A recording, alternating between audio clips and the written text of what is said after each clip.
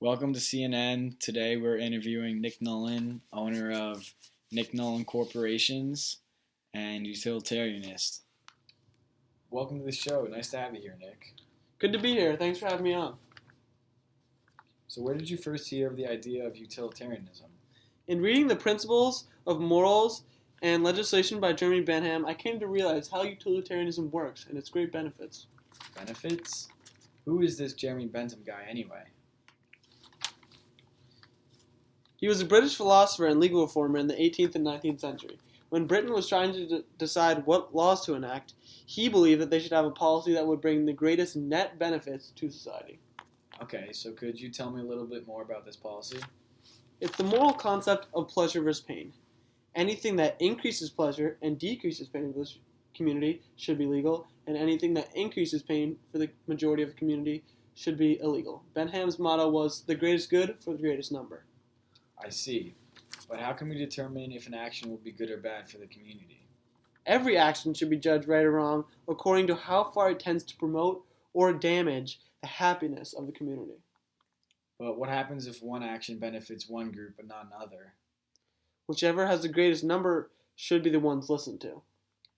Can you give me an example of utilitarianism? Of course.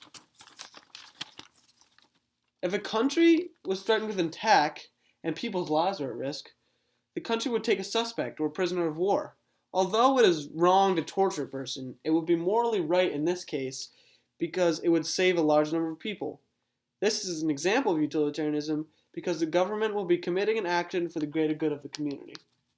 I don't think this would work because people can't commit acts that go against their principles and beliefs. In this case, many people value nonviolence, and this would be going against their beliefs. And now we're going to go to a short commercial break. Don't go anywhere. Are you tired of being cheated out of money or happiness because of people's own self-interest or self-gain? Started with 100 bricks, now sold out. Well, worry no more. Utilitarianism is here. It's a system of ethics to make the majority happy.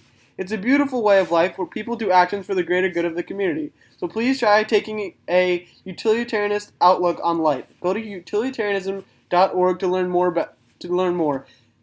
This ad was endorsed by Nick Nolan Corporation. Welcome back, folks. I remind you that we are mid-interview with Nick Nolan, owner of Nick Nolan Corporations and advocate of utilitarianism. So why are you such a strong supporter of utilitarianism, Nick? I feel like it's the best way to instill morals into society and the best way to run a community. Yes, but do you realize that we can't determine the outcome of the actions we take until it happens? That's why we try to predict what will happen when we use utilitarianism.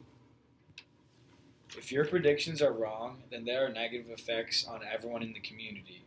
For example, legalizing all drugs would increase the pleasure of community members, but in the end have negative health effects on everyone, especially our youth.